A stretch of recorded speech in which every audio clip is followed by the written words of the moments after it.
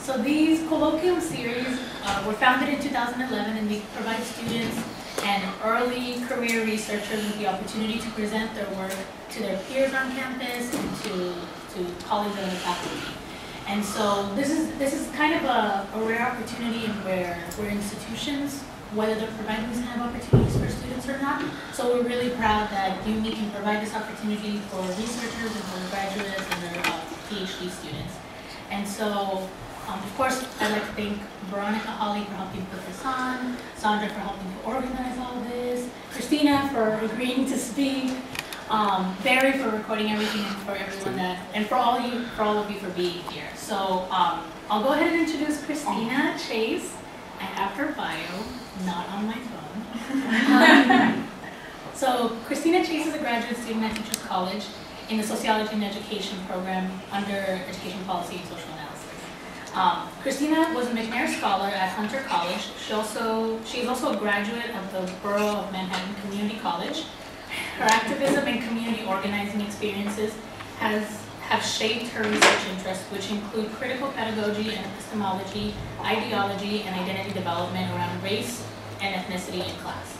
Her current focus is on studying spaces of both oppression and privilege to explore how the reproduction and internalization of racist and classist ideas can be disrupted, particularly in classrooms from kindergarten to graduate school.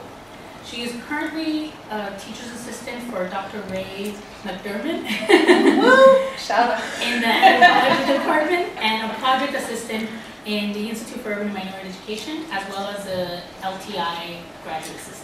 So please give a warm round of applause to Christina. Thank you for coming, I appreciate it. So I named this talk Safe Space for Whom? Deconstructing Dialogues and Race and Past in Academia because I was, I guess, impacted by my own experience here at TC. I guess as a lot of you know, I espouse a lot about how I feel and what I see. And I guess I decided to finally put that in my research because prior to that, my focus was on No Child Left Behind and stereotype threat, which actually somewhat is connected to this, but I don't know if we'll talk about that today. So before we begin, I like to start off with a little community organizing, which is let's locate ourselves and let's humanize the room because these are usually spaces of alienation and oppression. So let's just add some love and humanize it a little bit. So if we just go around, since we have a good number of people, you can just say your name and a few words of how you are feeling or what brought you here today. Hi everyone, I'm Deborah Moretta. I got here today because I wanted to come support. Usually I would be teaching at this time. I teach first grade after school enrichment program, but it was canceled today. So while I really love my students, I really needed the time and space to kind of step away from them and just kind of have some me time. So I'm really happy that it worked out and that I'm here today. I can only be here for a little bit, but it feels really good and I feel kind of relieved that I have this extra time. And yeah, and also just in TC in general, being in my program, I'm in the early childhood program. I think I'm one of the few Latinas that I know in my program, and the Latinas that I have met have been Latinas who have come from a very different background than myself. I don't come from a very privileged background. I'm not someone who ever thought that they would go to college, let alone graduate school. So finding spaces like this have become really great. With my students and then also in my graduate studies. Hi everyone, I'm Cynthia. I also have some similar feelings to Deborah, and so I'm excited to be in this space and to have Christina facilitate this space, because she always says a lot of things that a lot of the time I'm afraid to say in class, and so I'm glad that we can all be here to kind of talk about these things. And I think being in TC, there are like a lot of times where it can feel alienating, particularly for students of color and women of color. And so I'm excited to talk to other people about how I'm feeling and how they're feeling and how we can all work together in that sense. Okay, hi, I'm Philip Smith. I'm also part of iume. I'm here primarily because I find iume to be a very supportive environment, and one of the reasons why I'm here is to particularly support Christina, who's also a part of the union. We've had lots of interesting conversations that I just look forward to hearing more today. Hi, I'm Veronica Holly, Assistant Director at iume. I'm feeling excited for you, proud of you. And what brought me here? Because of you, because of your energy, because of your perspective, because of your voice. Thank you. Hi, I'm Sabrina Lindley. Feeling not quite sure, supportive, because that's, again, like the people that have spoken before, I'm here to support the student, but we've had these conversations in different circles as well with both senators, and that's a space of privilege that we take very seriously here on campus, and to see, her putting this into a research perspective, I'm excited to see what we've been starting to do. So, hello everyone, my name is Courtney, and as far as feeling, just very excited to see the research side of all of the conversations that we've had since I've been here at TC, and I'm also here just for support as well. Hi, I'm Janice Robinson. I'm here to provide support, and I'm really excited about the conversation in the space and the research that you're bringing to this. So thank you, and I'm also very proud. Thank you. Yvonne Destin, I'm here. Supportive just seems to be the word. I think that the topic is definitely worth conversation. So opportunities to have that in a safe space is always very much appreciated. I'm Jolene Lane. I'm also here in support. My own background in research is really around students from underrepresented backgrounds in elite institutions specifically. So I think the topic is very important. Do you want to? Me? I'm Ray Thurman. Oh, go ahead. Go no, first. no. I was up in my office. I foolishly assigned Pierre Bourdieu to my class for tonight, and I was reading, and then I heard that I could stop reading if I came here. And then I'll just call that support. My name is Julia. I was also upstairs in the office getting to hear all about this talk and wanted to come support, but also hear the research and hear everything that I've been hearing. Let me introduce myself. Hello everyone, my name is Sandra and I am part of the iume team, and obviously we're welcome and excited to see everybody here. Thank you. I am Tiffany. Go ahead. Oh, go ahead. That makes sense. I'm Christina, and I'm a friend of Christina's in the program, and I'm also a member of CLS, and I just have a few minutes, but I wanted to stop by and check out the event. So. Hi, I'm Tiffany. Feeling pretty chill right now. I'm here because I've never met you, but your research sounds pretty interesting, and I'm all for real lived minority experiences and research. So thank you. Hi, I'm Emily. I had a class with Christina last semester, and she would always come in and have really interesting perspectives and was very honest. It helped me to learn and grow a lot. So I'm really interested in her research and hearing more about what she has to say. And also, I've told her before I'm interested in iume, so I wanted to come and check it out and see the research she's presenting. Thank you for coming, guys, and for your support. That's really meaningful to me. And I hope that this helps foster. Barry, I'm so sorry. You don't have to introduce me.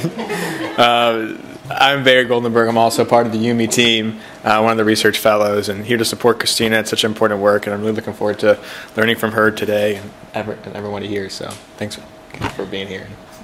Thank you. Sorry for that. So I guess we're going to start off with, as you guys know, I'm sociology and education, so there's some sociological theory in here that can be kind of dense, but I'm going to try to make it as digestible as possible. So there are a few theoretical assumptions, and one being, as you all know, that I believe capitalism shapes the role of the school and the classroom, and is the site for social reproduction, of social stratification, necessary for maintaining social inequality. I specifically italicize social because what creates, I guess, this whole phenomenon is the social interaction. Although there are material and structure aspects to it, we'll get to that a little later. So like I said, it's a social phenomenon. And a lot of that work comes from a lot of the older guys in sociology, like Cooley, Mead, and W.I. Thomas. I specifically like Cooley because he's the author of The Looking Glass South. And to me, that was before I read Du Bois, which we'll get to later. It helped me understand how the Looking Glass South are a mirror, how by looking at yourself, you kind of have internalized the larger societal contract or the norms of society, and I guess internalize the oppression that comes along with that, which we'll get to a little bit. And then lastly, ideology and hegemony shape the internalization of subjugation, normalizing the effects of domination of the oppressed. So kind of like what I said earlier. So I kind of start with Althusser, who is kind of more Marxist, and he extrapolates on Marxist theory. For those of you who might know a little bit of Marx, basically we have the ideological or the superstructure and the economic base, which is the political and legal structure. Basically, Althusser wanted to go further into the ideological to understand how it's maintained and how it works, and to kind of take the abstractness that Marx discussed of the ideological and make that into a material form, and to make it more understandable on how that phenomenon works. So in that, he takes the state apparatus, but he says that it's repressive in contrast to what Marx stipulates, although Marx would also say it's repressive. And the ideological state apparatus, which imparts, I guess, ideological realities via numerous institutions. So the state apparatus is one institution, and ISAs are multiple ones. And both of them are, they both have the objective of maintaining the relations of production, which is basically exploitation. So we're going to go a little over this because this is the dense part for the sociological nerds, but as for the ISAs, there are institutions all over society, like religion, like education, like the family, legal, political, and social, like media. And then the repressive state apparatus are the ones that function by force, like police, like the incarceration system, like government. And what makes the ideological important is that there isn't force. It rules by ideology. And part of that ideology is one of the, actually let's go fast forward. Part of that ideology is hegemony, in that it's necessary for reproduction by guarding legitimacy and consent of individuals. So nobody's going to willingly submit to being oppressed, but it's through ISAs that normalize this phenomenon that they don't even see it as their domination or their oppression. So before we go a little further, basically we're positing that the school is an educational ideological apparatus that, and these are where the phenomenon dynamics happen of internalization and reproduction, in a nutshell. So as Althusser says, basically the incalculation of ideology of the ruling class is naturally covered up and concealed by the ideology of the school. And by the ideology of the school, it's kind of, as American Exceptions goes, that America's great schools can foster equality and social mobility, and that ideology is false. But we end up adhering to it, and we look at school as a neutral environment, but it's really not.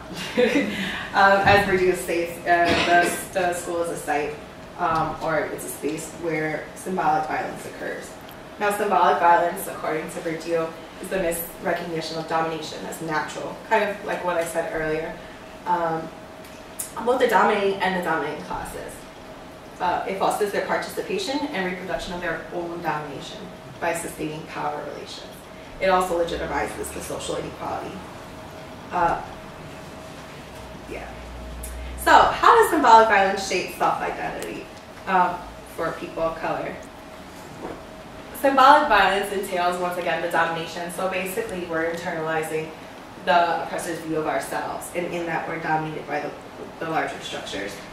I'm not going to go, I mean, I can if I want to, But what I really want to do, like I said on the posters, I want to provide this as a space where we talk about our own experiences. So, as I said, this symbolic violence that happens in the classroom is the internalization of the oppressor. So I guess I want to open up the floor for an example, for experiences of that, but I guess I can provide my own example first. So like I said, when I came here to TC, I wasn't expecting the kind of content in the classroom, and a lot of it I found oppressive, but I couldn't understand why. I just felt some kind of cognitive dissonance, and I realized it was because the way I was being discussed, my communities were being discussed, my families were being discussed, was very hurtful. And in a sense, it was microaggression, which we'll get to a little later, but I didn't know that was a microaggression. But what I just found fascinating is that as I continued going through my classes, I started using they and them. I was dichotomizing and separating myself from my own community, and then I was starting to look at my own community through the lens of the oppressor. And I know oppressor kind of sounds like, whoa, what is that? That's just like my normal language. But by oppressor, I just mean any kind of force, institutional or person, that is just dehumanizing and alienating. And I think that's what schooling does, because it sustains those social inequalities. And I hurt my soul that I would look at my own community members like that. But that's how deep and I guess subconscious this phenomenon is. So out of curiosity, does anybody else have any examples of internalizing this? Or perhaps just educational research that you've come across that you started realizing is infiltrating the way you think?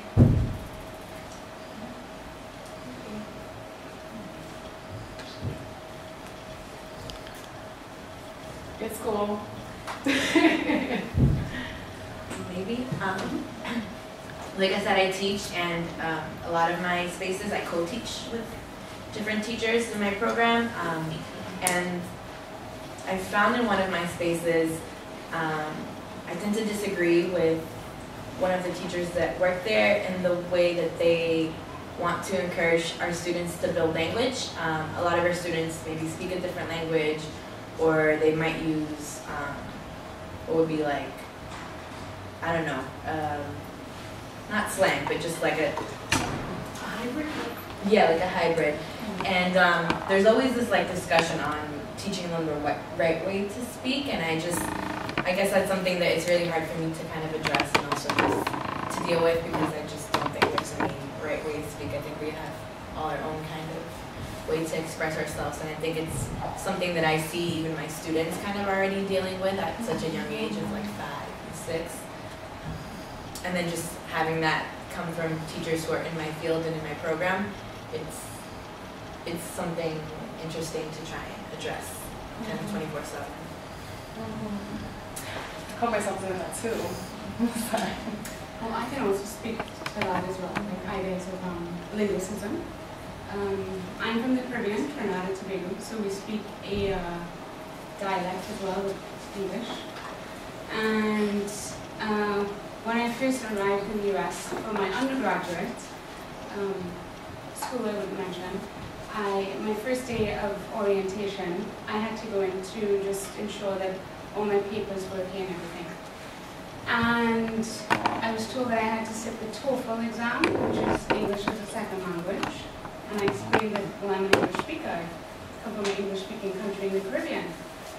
And it was insistent that I had to take TOEFL because of not knowing the educational equivalent, even though I had passed SATs and all those different things. So that's an example.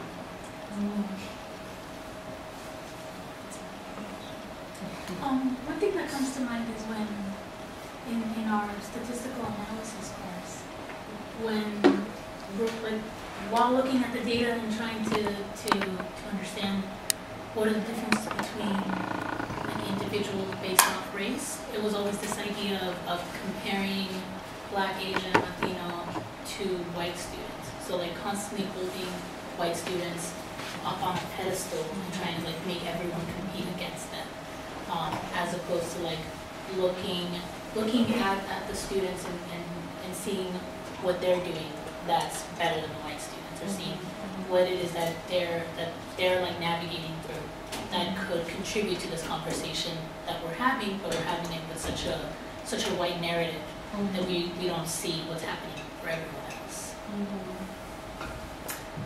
I recently thought about that too, because I feel like when you think about that, you're looking at these groups and you're like, oh, it's because of their race that A, B, and C, and you come to these, you're falling into the same habits as educational researchers that may not have the best interest of those communities in mind. But I think what's most mistaken in those research projects is that we're not looking at these groups as byproducts of a racialized society. We're not even looking at the larger structures that shape that. We're just looking at them and saying, well, this is their fault. And that goes back to ideology, is that if there wasn't that ideology, especially the pick yourself up by the bootstraps, then they would not internalize that blame amongst themselves. And that's the thing that hurts the most, I think, for these kids, is that they end up taking their failure and internalizing it and thinking that they're bad. And this can lead to a lot of issues, particularly stereotype threat. But once again, I'm going to wait for that one. But before I go back, does anyone else have any other example? It doesn't have to be. Okay. Well, actually, one of the things I thought about was not just school related. It was like my personal. And I don't know if anyone read The Blue Aside by Toni Morrison, but it helped me really reflect on my own trajectory. And one of the things I guess I realized was during high school, I had internalized what beauty is, the standards of beauty. And I had dyed my hair blonde, and I wore color contacts, and I had an identity crisis. And then I took off my contacts, and I had dark eyes, and I felt ugly. And I realized I should not feel ugly for what I look like naturally. But that is part of that internalized oppression. So I think Du Bois does a wonderful job in really encapsulating that idea of being oneself, but internalizing the other, of both the oppressor and the oppressed. So as he coins the term double consciousness, he stipulates, it is a peculiar sensation, this double consciousness, the sense of always looking at oneself through the eyes of others, of measuring one's soul by the tape of a world that looks on and leaves contempt and pity. One never feels his two-ness, an American, a Negro, two souls, two thoughts, two unreconciled strivings, two warring ideals in one dark body whose dogged strength alone keeps it from being torn asunder. So as I said, the implications of double conscious can have far-reaching consequences. As I looked to stereotype threat, this is something I did in my undergraduate research. I kind of related it to double consciousness. Stereotype threat is basically the theory that as race becomes, it doesn't have to just be race though, but we're going to focus on race. As race becomes more salient, i.e. you're one of the few people of color in a white room, there's this subconscious pressure or that you may basically fulfill this self-fulfilling prophecy of a stereotype, but subconsciously speaking. So this study was originally done by Claude Steele, who's at Stanford, and Aronson. No more. Not anymore? No. He was dean and everything. Yeah, I went to Berkeley. Wow. Where I will be. No. This is Leonardo. No. And Joshua Aronson. And basically is anyone familiar with stereotype threat actually? Okay. Okay. So for those of you who know. So in a nutshell, they take a group of African American students. In one group, the control group, they're like, hey, this is just a test. We're just looking at your problem-solving skills. And for the other group, the experimental group, they basically gave them a little primer, made them think about their race, and told them that these scores were going to be compared to white student scores. Basically, the experimental group did poorly, while the control group, because there was no pressure and they were not primed to think about race first, actually did equivalent to their white counterparts. And this study has been done when it comes to gender. One of my favorites is with Asian females. They tested a group of Asian females and primed them to think about gender, and the other one to think about their Asianness, and then they took a math test. as we know how stereotypes work, the Asian females that were primed to think about their gender did poorly, while the Asian females who were primed to think about their Asianness did perform well. So like I said, these subconscious internalizations of, I guess, stereotypes and oppression can have far-reaching implications. However, there's still hope.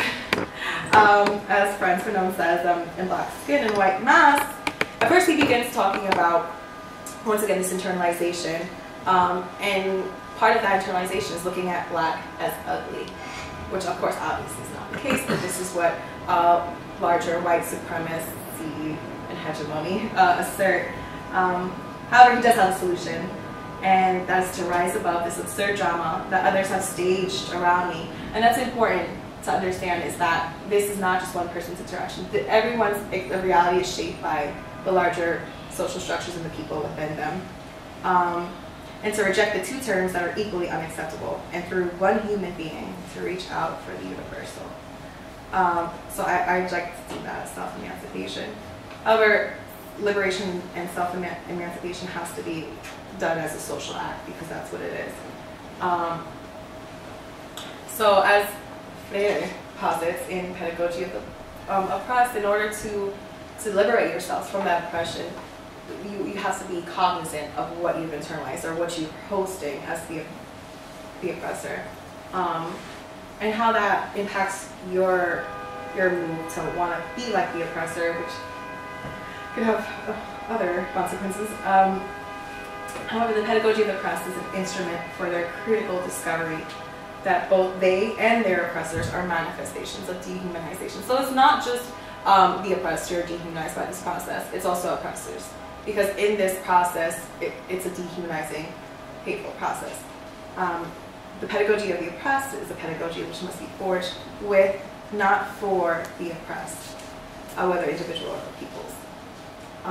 So this whole process is to de-ideologize or decolonize through dialogue.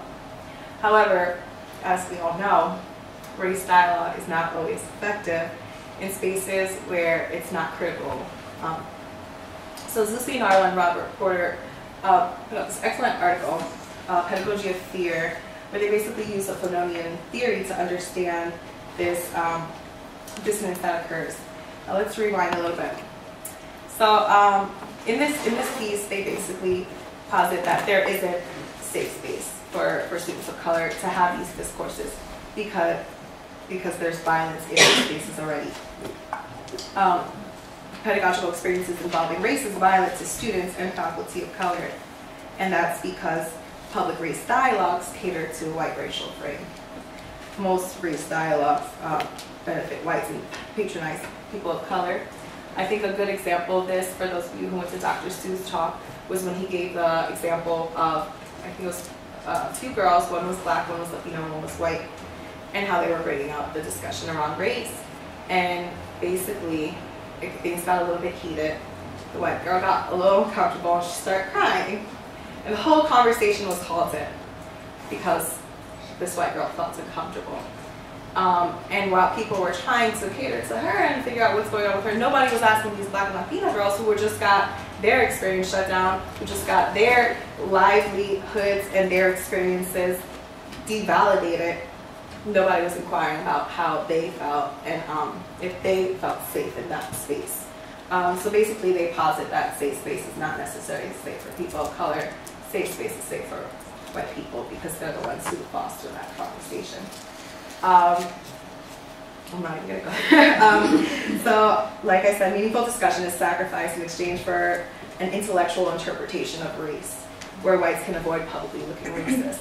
But by intellectualizing race, it's making our lively experiences abstract. And in that, it's a dehumanizing process for us. And it hurts. I mean, just hearing about, like I said, in our classrooms, the way our people are discussed. And then if we're tokenized to talk about that experience, it's not even that they genuinely care about our perspective of what we're trying to bring to the class. They just want to validate their presumption of the social group they're talking about. So if dialogue seeks to undo racism, then we must ask if notions of race dialogue legitimate an oppressive system. or if they engage in a process that is creative enough to produce a new social consciousness, a new human subject with a new language and a new humanity. In order for race dialogue to really happen and do that racism, it has to be uncomfortable. It's uncomfortable for us a lot of times, but in order to foster a real meaningful conversation, we both have to be vulnerable. Humanizing, so that's what Zeus, Leonardo, and Porter did, was they basically utilized the idea of violence, colonial violence, and decolonization as violence, and apply that to education. A humanizing form of violence is a pedagogy and politics of disruption that shifts the regime of knowledge about what is ultimately possible. It is not violent in the usual and commonsensical sense of promoting war, injury, or coercion. The theory of violence is positioned against racial domination. It is violently anti-violent. To the extent that racial violence is structured in discourse, we argue that dislodging it will require a violent undertaking in order to set a pedagogy on a humanizing trajectory. So it's not violence in the way that we think of, like bloodshed and this and that. It's about that discomfort and how that can be symbolic violence. But this violence that he posits, because it's the move towards social justice and bettering the human condition, it's a peaceful violence. And he tries to destigmatize or take away, make the word violence neutral. And it's hard to look at that because we internalize the hegemonic form of violence. But the idea here is that it's a peaceful violence. So Freire says a critical education is radically violent if it expects to shift the racial dialogue. It is a humanizing form of violence that restores their dignity, both the oppressor and the oppressed. I'm not going to read this all. But like I said, redefining classroom space as a place of risk is really important. And in that risk is all of us being vulnerable. However, a lot of this entails not us just coming to terms with our oppression, but other people coming to terms with their privilege. And this is where intersectionality is really important, because just because you're a person of color doesn't mean you don't have other privileges, and just because you're white does not mean you have other forms of oppression. But a lot of times all we see is white and black, or just anything that's a ability, anything that's visible, but we get to create that space where it's mixed identities and deconstructing that and having those conversations, because a lot of times we feel uncomfortable. It could be, this discussion talks about race and like people feel scared about being deemed racist, but there are some people that don't engage in conversations around sexuality and orientation because they don't want to look homophobic. There are some people that don't talk about gender because they don't know anything about gender. So I guess basically to take this idea and put it towards other forms of oppression and privilege, I think it's important because it's not just about race, it's about class, it's about gender, it's about ability, it's about all of that. But I think race is an easier one to approach because ideologically it's more difficult to justify the maltreatment of a person of color than it is to justify the maltreatment of someone poor, because ideology is so deep that we think it's okay that they made those decisions without looking at the larger structural things that shape their realities as much as we do with race. So I think class would be the next thing for my, the next trajectory for my research, but I want to definitely continue with race. But I guess I wanted to kind of talk a little bit about the difference between microaggressions and internalization, because the story you shared, I feel, was a form of microaggression more than because they just deemed, because of your language, that you are supposed to be in a certain space, correct? Yeah, I think it's a form of linguicism, and it crosses over into racism as well. And then it makes you question, well, should I be speaking in an American accent? Would I be more accepted if I spoke in an American accent rather than in my own accent? So then your identity and language sort of is supposedly happening there with that as well. I wouldn't see it as microaggression. I think it's pretty obvious. Microaggression, for some reason, I feel is more hidden, but this doesn't seem hidden. Well, actually, I can be correct. No, it's cool.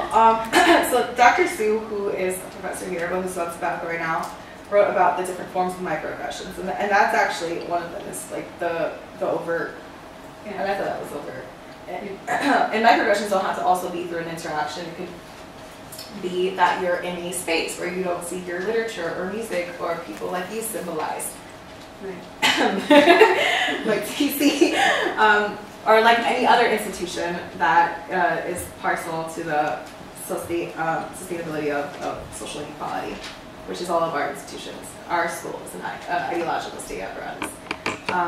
But I guess I just want to go a little bit over what microaggressions look like. I didn't get to really add a lot of his work onto this PowerPoint because I haven't completely read the book and I don't like putting information out there if I don't have a full understanding of it. But what I loved about Darrell Sue's work when I went to his presentation was that he was all about making that critical space. And he wasn't about shying away from genuine and meaningful conversations around race just because of white discomfort. And it was actually him who pushed me to, well, him and a few other people who pushed me to want to investigate this, because I feel like microaggressions happen every single time. And I didn't realize until I put two and two together that it's just symbolic violence and that symbolic violence is everywhere. But how do we disrupt that? Because it's not just about us, it's about our kids, it's about kids that we work for and teach, it's the kids that we're making policies for, because if we're not being cognizant of how we're reproducing this, it's going to come out of everything that we create, and then through that internalize and reproduce as well. And knowing how much we suffered through a lot of these microaggressions and macroaggressions, I think it's our responsibility, especially with the privilege we have now, to ensure that we can disrupt that form of oppression. So in a nutshell, we have a few microaggressions. One with nationality, intelligence, color blindness. Oh, child, we did not even get onto color blindness. The idea of color blindness is actually false, and it's part of that white framework that I was telling you about. The idea of color blindness actually does more damage to students because it, like I said earlier, it completely invalidates their experience. And by saying I don't see color, it's like, well, do you not see me? Because I'm here and I have experiences to contribute and to bring to the classroom. Criminality. As part of it, assuming that someone's a criminal just because of their appearance. Denial of individual racism.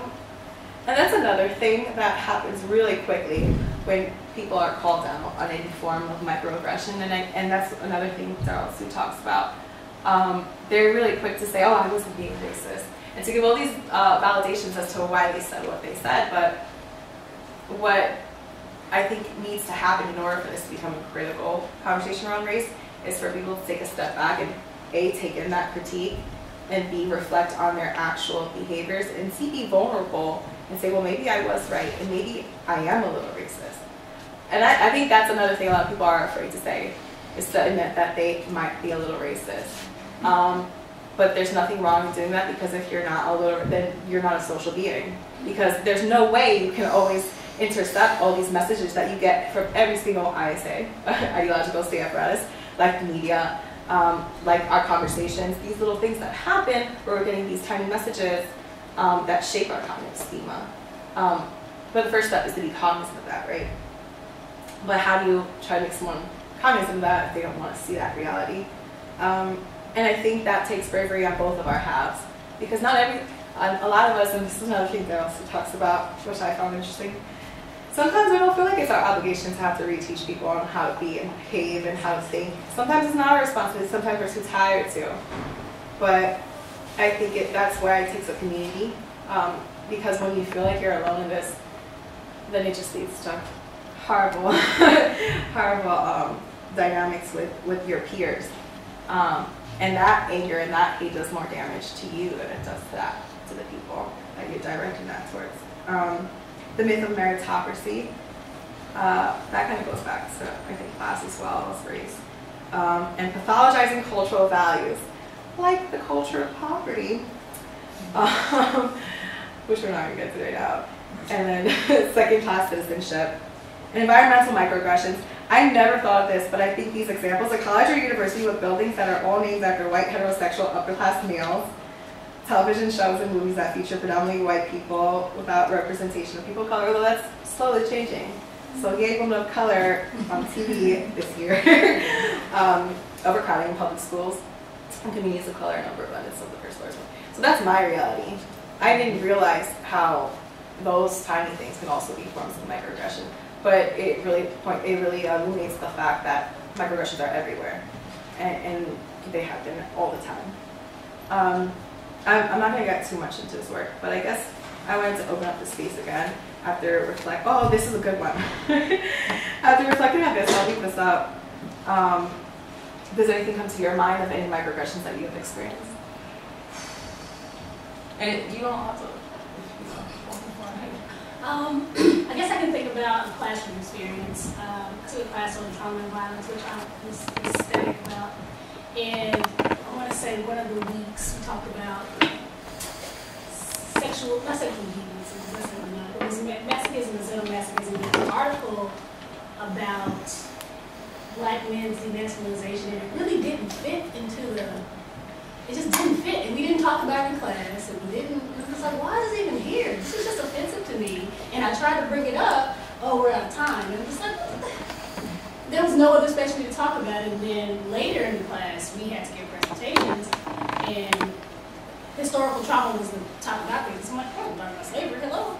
And everything he had on our syllabus was Holocaust. And it was like, well, we're in America. Like, I know Holocaust is important, but I use that, as a comparison point. Why not compare the two traumas? Why not compare what the genocide looks like in modern America, in modern society versus 300, 400 years ago? So the class was open and receptive to it, and they were terrified. I could see it in their faces, people talking with slave dialects on media, because we were talking about media. I'm like, I'm going to show you what, one of the 1930s they did the slave narratives. That was kind of like my starting point in comparing that to Holocaust narratives and how people are still alive. And, so I thought it was a good project.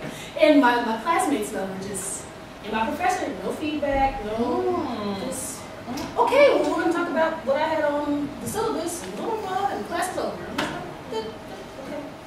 So I guess the work was invalidated. His attempt to show, I guess, different cultures was invalidated because it wasn't the main focus of the class, which I understand, but why put it on? Like, don't even play with me like that. Because the article was, I'll send it to you, it's offensive, for lack of a better word. But yeah, so micro insult, I guess that's what it was. It was like my feeling after I left the class felt like that. I was like, I couldn't articulate my experience in the class. I'm doing the evaluation was tough. It was like, what do I actually say to you that would make a difference in how you teach?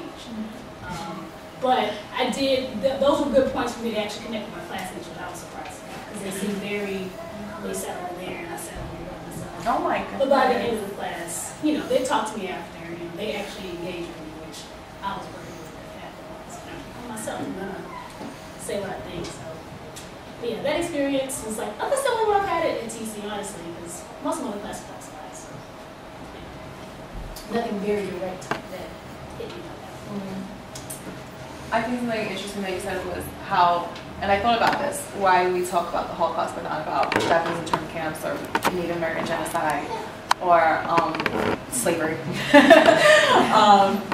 And the way we treat migrant workers. Oh my God, don't even start on that. It's like slavery and stuff. And I think it's because at the end of the day, America does not want to be accountable because they're the perpetrator, if we're talking about that. With the Holocaust, they're not the perpetrator. And it kind of, that's like a macro level analysis of what I'm trying to posit, where on the individual level, people just don't want to be accountable for a system which they privilege, which they're, that's their privilege is part of that larger institution. I think it's hard to come to terms with that. Because as we're trying to free ourselves from the fear of freedom, as Fidel would say, white people are trying to hold on to their freedom, themselves, yeah. Okay, does anyone else have an experience they want to share? So I will admit this was not a personal experience that I had, but it was something that happened just last semester over at the Graduate School of Art and Sciences at Columbia. That just really blew me away. that could have really went under the radar had the SOCA, Student of Color Alliance over there, had not brought it to attention. So the GSAS, what they go by, they had an administrator, like sort of like a diversity officer in the Dean of Students office. And this person was recently hired. Forgive me, I don't know the dates, but I know that they were recently hired, and then I believe in November that position was let go. And then with like no warning, no nothing. And even further, which like really dug it, was that, you know, usually when an administrator or a professor or just anyone who's really contributes to an institution in such a fashion, there's like usually like an email to like thank them for their service. There was no email for this person. And so that just like really dug it under. So although it was like a very large action to like cut that position, just like even just like the small fact that they had nothing to say about it, didn't take the time to thank that person for their service and what they do, was almost like a microaggression, because it could have really slipped under the radar. And yeah, I mean, just to update it, the good news is that they are right now under the process of hiring a new person for this position, because SOCA really took a lot of effort to protest this, and one of their, I think, members is like on the committee to help hire a new person. So thankfully, because they resisted and they spoke up, things are being done about it. But that could have really slipped under the radar. And just the absence of somebody in the institute's office who can advocate for you and understand you would be felt, especially by the students of color over there. And so yeah, I was just a part of that group for a little bit, and I had a friend over there, so I just really kept in touch with what was going on, and that was something that really stuck out to me. And something that happens, I think, on many other campuses across the U.S. So yeah. There's a few things you said there that like made me think about a whole bunch of things, but there's one big thing that I didn't mention, that obviously in institutions of higher education it's important to talk about race and our experiences and deconstructing that and bringing our experiences into the classroom and having them be validated and heard. But I guess going back to, I don't know if you guys know about, forgot what school it is, the guy who got caught in the video singing the racist thing, and he just said an apology, and then the president just said an apology. Oklahoma. I don't know if anyone caught Melissa Harris Curry the other day, but she just went in, and I was like, yes, because just talking about race or saying I'm sorry isn't going to get rid of the racism inside the institution. And I think in talking about our experiences, especially in the institution that we're a part of, moving forward from that, we should have some action-oriented goals. What is that we want to see change? Because if we can't get rid of racism in a space that is our community here, then how are we going to get rid of it in larger society? And I think it can start here, it can start small, but that's where it takes teamwork and dialogue. And that, I guess, first emancipating ourselves before we can do that to others. Because that's another thing that further posits that emancipation isn't just of us as oppressed peoples, it's also our job to emancipate the oppressors and to rehumanize them. Because the only way we can move forward and have real revolutionary change is, and I know this sounds cheesy, is through love. But I really believe in that, because I think that's the larger force that can go against hate and competition, etc. Do you want to introduce yourself? My name's Adel. I'm part of the coalition working on Latino Scholars, and it's copyright training. So. Okay. So we're just sharing our experiences about microaggression in TC or outside of TC. So before I show you, does anyone else have an experience they want to share? Right before I came here, I had a conversation with my education policy professor because for the the last two classes I've taken in the department, we've had to read this book that's written by a white woman who like goes into these urban communities and Unequal childhoods?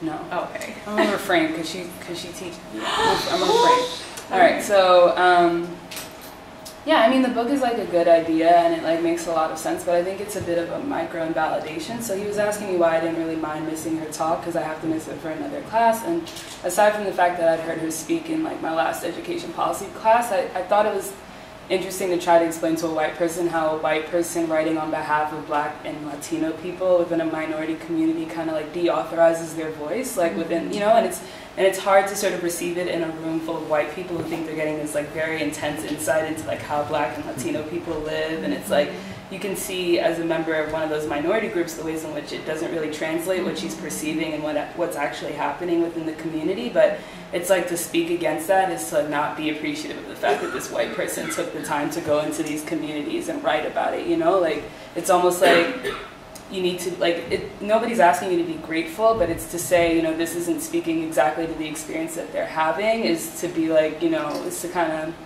is an offensive statement in a weird way, you know?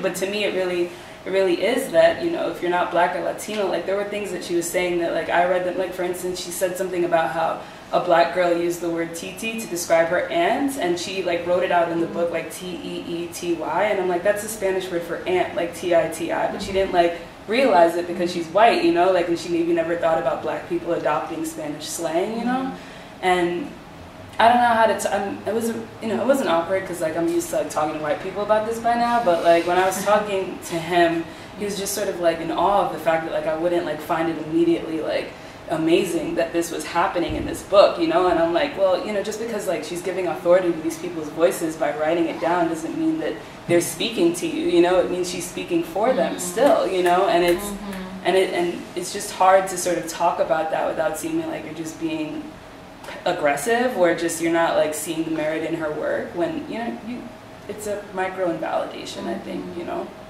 so. I've definitely felt that way with a lot of my educational policy classes. That's why I said we have to talk. But I think that also illuminates how it's embedded in the larger institutions that reproduce this. And we don't even see it. I mean, we see it because we're more critical, at least now we are. But it's scary because it's normal language to the average student and they don't even see it. And most of the times they think that this is towards social justice. But you can't talk about social justice if you're not talking about race and class. You can't talk about social justice without talking about oppression. I think that's omitted from the conversation a lot because of that white comfort. But I guess I wanted to go to this little clip before we wrap it up. I don't know how many of you guys are familiar with Chris Emden's work, but he's been so meaningful to me. Before I even read his work, one thing he just said was be yourself. And in being yourself, you are disrupting those spaces. Part of that comes with my language. I'm trying to censor myself right now. I have that Queens accent. And a little bit of that. Queens. All right. I used to really be cognizant of how I was coming off to other people, not because I cared, because I was worried about what they would think. And because of what he said, I was like, no, I shouldn't. It's not about what you think. It's not about your comfort. You should get used to how I talk, because this is how some kids are going to talk when you're in the schools teaching them, or if you're doing ethnographic research on it, you know what I mean? And I think that gave me the confidence and the validation to move forward and to do this kind of research, because if we're not speaking up, if we're not saying anything, who else is going to? That's how I feel. And I think for a lot of white educators, this is important to understand, because otherwise you're not going to deal with all that cognitive dissonance when you're dealing with white guilt and trying to deconstruct white hegemony. And you can't do that alone, like I said, and that's why community and dialogue is so important. But for a lot of educators, both white and educators of color, because undoing racism, like I said, it takes all of us, it's important to deconstruct that before going into the classroom. In this talk, he kind of talks about that guilt. But also, what would be the first step? If you're not too knowledgeable about cultural relevant pedagogy or radical pedagogy for that matter, what could be the first step? And he provides that in this video. And I think it really resonates with Rancier's work in the Inner Schoolmaster by putting the onus and the empowerment within these kids, validating their voices and trying to bring them into the classroom and their knowledge and their contributions, and the teacher actually taking a seat and listening to them. And that's the first step, right, is listening. Especially when you're the one that's always talking. So I'm gonna listen. Oh no! Can y'all hear it actually? and the fact that we can't ever get to peace and justice if we present those ideas peacefully. That in order to attain peace and justice, it takes pushing forth an energy that is actually sort of powerful and shaking things up. We can't have peace and justice in education if we use those words when just a few days ago we were talking about Trayvon Martin, who was shot because he was black and wearing a hoodie. And weeks before that, we had an issue of a teacher in a school with slavery math problems in 2012. And the idea is that we cannot say that the images we present in classrooms of peace and justice because they look nice, or the words we use to describe what goes on in classrooms because they sound good, mean anything if we don't create a space where those issues outside of the classroom are brought inside of the classroom. Where we provide opportunities for youth to be able to engage in discourse and develop critical thinking about how they are part and parcel of an oppressive process outside of the classroom world, and how that impacts how they are in the classroom, the selves that they express in the classroom. We have in education this model. It's almost like a Coney 2012 model of how we recruit teachers. Right? To recruit teachers into urban classrooms, or to recruit teachers into places where that's populated by black and brown youth, you have to sort of strike at their emotions. You have to say, listen, these kids have an oppressive life. You know, they're gunshots every day. Look at the statistics about how well they're succeeding in classrooms. And you sort of sell this image of this is what you can do to help out these poor children. It's a dangerous minds model as well. It's like the Michelle Pfeiffer model, right? When we bring all these ideas out into the classroom to recruit teachers in the classroom, and the teachers get there, and what we do is we sort of stir up all these internal feelings. We stir up, for many teachers, a white guilt, right? Because how can I be privileged and be on this Ivy League campus? How can I make a change in the world? How can I advocate for peace? Well, it will mean that I have to go out into those places and do something. And so you go into these places, it's almost equivalent to like carrying a boulder up a hill. You have this boulder of white guilt, a boulder of language surrounding peace and equity, and you take that boulder, you're carrying it up a hill, and it's on your back. You're carrying it up the hill, and up that hill is the students. And you get all the way up to the hill. You're tired, because white guilt is tiresome, right? You're tired because I want peace and justice, and I haven't done anything about it my whole entire life. That's painful. You're taking all these steps up the hill, and you see the students at the top of the hill, and you're excited about the fact that I'm going to get to this hill, and I'm going to dump all this white guilt off when I get to the top of that hill, when the students are there, right? So you climb all the way up, and you get there, and you have this boulder, and the students are right there, and instead of just taking that boulder and tossing it off the hill, you're just so tired that you drop it. And you drop it right on the heads of the students that you want to save. And you crush them. You crush them because our words and our language and our discourse and our views of what teaching and learning is, they're just big images. And they by no means capture the complexity of the experiences of the youth that we say we want to save, that we want to provide peace and justice for. So, why am I telling this quick story or making this analogy? I'm saying it because in that classroom, when we dump our guilt on them, we stifle them, they have no opportunity to express their own voice. Students in classrooms don't have an opportunity to talk about how they see themselves as Trayvon Martin. They have no opportunity to talk about the slavery math problems. They have no opportunity to talk about incarceration in their communities because we're too busy dropping our guilt on them. So how do we move beyond this? I'm not just here to trouble up the issue. How do we move beyond this? I think we move beyond this by really focusing on what equity means. And we fail to focus on that. Equity is not giving everybody the exact same thing. Equity is hearing somebody's voice about what they need and providing them with that. I've been part actually of a conversation where people are saying, you know, there's a technology divide. Let's give all the kids iPods. Let's give them all iPads. And it's great to give all the kids technology, but that's not equity. Equity is creating the opportunity for the young people in front of you to share with you what their ideas are about what it is that they need. It's kind of like you have a bunch of starving children in front of you. And you know that all those children in front of you are allergic to food. They're allergic to different types of food. If you give one kid peanuts, it's going to be terrible. You might lose them. If you give one kid bananas, you might lose them. And then you say, okay, fine, we have all this food and fruit here that we can give these students. right? And then you say, all right, but I want to be equitable. So I have to give all the kids peanuts, because that'll make it equitable. And if you give all the kids peanuts, what happens? Somebody who's deathly allergic will die.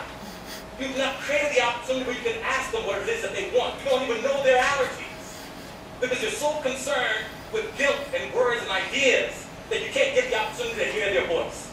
So I am advocating for moving beyond student-centered pedagogy, and even transforming to powerful ideas like culturally relevant pedagogy, because those words have been used and misused and abused and co-opted and distorted. I'm arguing for reality pedagogy. And so what is reality pedagogy? Reality pedagogy is teaching and learning based on the reality of the student's experience. See, while student-centered pedagogy from Dewey and Piaget and culturally relevant pedagogy from Gloria Ladson-Billings has such power and potential, it makes no sense if the teaching is based on what our perspectives is of what the culture is. I can't be culturally relevant if I'm teaching you based on what my perception is of your culture. I can't be student-centered if I say, this is what I think the student wants and needs, so let me give them that. And what happens is our guilt and our experiences and our words make us think that we know what they need. We think poverty. We think crime. And they see rainbows and sunsets. I've had students where I actually went to the classroom and thought, you know what, let's give these kids some cameras to capture their experiences in the world outside the classroom. And I expected certain things. I'm a science educator, so I think they take pictures of rotting windows. We can talk about weathering, and we could really talk about oxidation processes. I was like, they're going to show me all this terrible stuff, and then we're going to use that to turn them on to school and schooling. Well, guess what happened? We gave them the cameras, they came back, and we literally saw sunsets over the projects. We saw big brothers holding the little sister's hands walking into school. We saw the matriarchs in the community telling stories. We saw all these images of beautiful and powerful and exciting things. And that's how youth see their lives. But we come there to teach them thinking of it as oppressive. And that disconnect causes us not to be effective. So reality pedagogy has 5 C's. The first C is this idea of co-generative dialogues. What are co-generative dialogues? Simple. Co, together, generative, we generate, dialogues. I'm arguing that in every classroom, why don't we create an opportunity for the teacher to pick 4 students that represent different demographics in the classroom and engage with them outside the classroom about what their experiences are about what's going on in the class, with a goal of co-generating a plan of action for improving the class. So for example, you're always yelling. I've heard this actually. No, I never yell. No, you do. And when you do that, I don't want to learn anymore. Next time you're in that classroom, check that. And when I'm about to yell, I look around and those 4 faces are staring at me. And they realize that I've empowered them by allowing them to give me some critique of my instruction. And then I maneuver and change my instruction to not do what they found oppressive. Co-generative dialogue.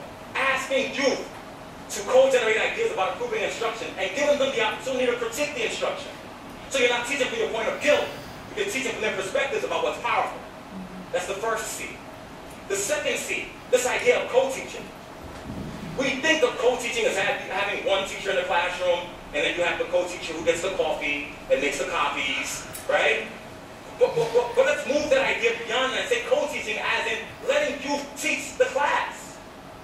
Give a young person a homework assignment that is not answer questions 45, 1 through 4, multiple choice. But actually, here's a teacher's manual, here's a sample lesson plan, go home and write a lesson plan. Use your own examples. And then come back into the classroom and teach that lesson. And let the teacher sit where the student is. And the student be positioned where the teacher was. And let there be a different type of exchange. Let the students know that you understand that they are the expert in how to deliver the information to each other. And you are only the content expert. Give them the opportunity to have voice. Give them an opportunity to see how tough it is to be a teacher. But the idea here is to change the structure, to give them agency, because they will inform you on what the best practice is. That's the second C of co-teaching. The third C is this idea of cosmopolitanism. A broad philosophical tenet that sounds like a mouthful, but we're going to whittle it down to something really simple, which is interrogate the ways you communicate with each other outside the classroom and utilize them inside the classroom. What do I mean?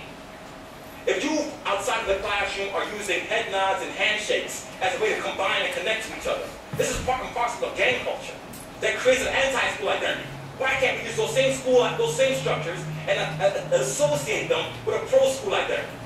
That when you score a question right, you can have a 4-minute handshake if that's what you want to do. Or you can do the Dougie if that's what you like to do. But as the forms of expression and celebration, welcome the ways that you engage and communicate outside the classroom. The ways they have responsibility for each other outside the classroom to be the same inside. When they work in groups, and we assign them to groups only for that 2-minute activity. When outside the classroom, they ride the bus together, live together, wake each other up in the morning, dwell together. Why can't we create partnerships of students in classrooms that can trail the course of the academic year? Or all 4 years of high school? Creating a pseudo-family for students who oftentimes have a broken family structure. The third C, cosmopolitanism. The fourth C, this idea of context. Context means a culturally relevant or responsive teacher has a perception of the culture of the student. But the reality is that experiences of students in the Bronx, or Oakland, or Johannesburg, or Nairobi are all different. There are certain traditions that are the same, but they're distinct things, they're nuanced things about culture, they're very different. So when we're talking about context, we're saying in the instruction, be hyper-focused on the immediate communities the students are from. You don't have to go and get the microscopes to the back of the class from the back of the class. You can name the back of the class a street corner in the community. Go to the corner of 183rd and Grand Concourse and pick up the microscopes. Go to Jane and Finch and pick up the textbooks. It's a seemingly superficial thing. But what it does for young people, it allows them to see that you're not imposing yourself on them. You're understanding that where they come from has value. When we talk about context, it also means not thinking of the academic space as a sanitized space. Context means who are the icons in the community? Is it the person who did that graffiti image? Is it the guy in the pizza store that knows everybody's name within a 12-block radius? If those people are powerful in the context of the community, then we cannot let them rest in the community. We must bring them into the school. Have them be a part of the instruction. Have them be an example. Have them talk about the science and mathematics in their life worlds. Context. And the last C is context. Really? You're a math and science educator and content is last? Yes. Because we put content first. We've dropped boulders on you.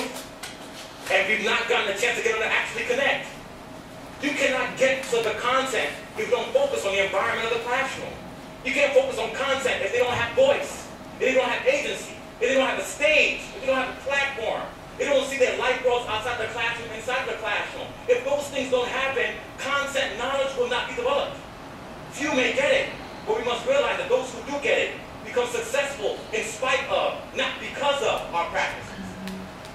In closing, when we talk about peace, when we talk about equity, when we talk about justice, we cannot have those things if students don't have an opportunity to have their voice heard. We cannot have those things if we are so laden with our guilt that we're wondering about being responsive in every single moment based on a false perception of what the kids are. We can't have them if you don't know the communities. You can't have them if you don't walk those streets and understand where the youth are coming from.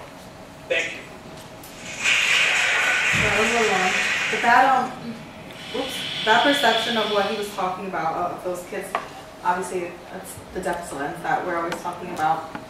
But basically, in a nutshell, before we can even start addressing that deficit lens within educational research and in teaching, we have to get rid of that deficit lens that we've internalized in the way we view ourselves and the way we view others.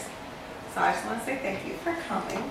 And that was just the beginning of my theoretical framework, but I hope that through dialogue, I can continue to grow and know more and vice versa.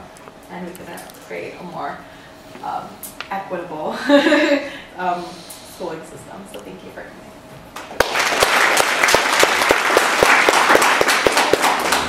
Oh yeah, please, if you have any questions.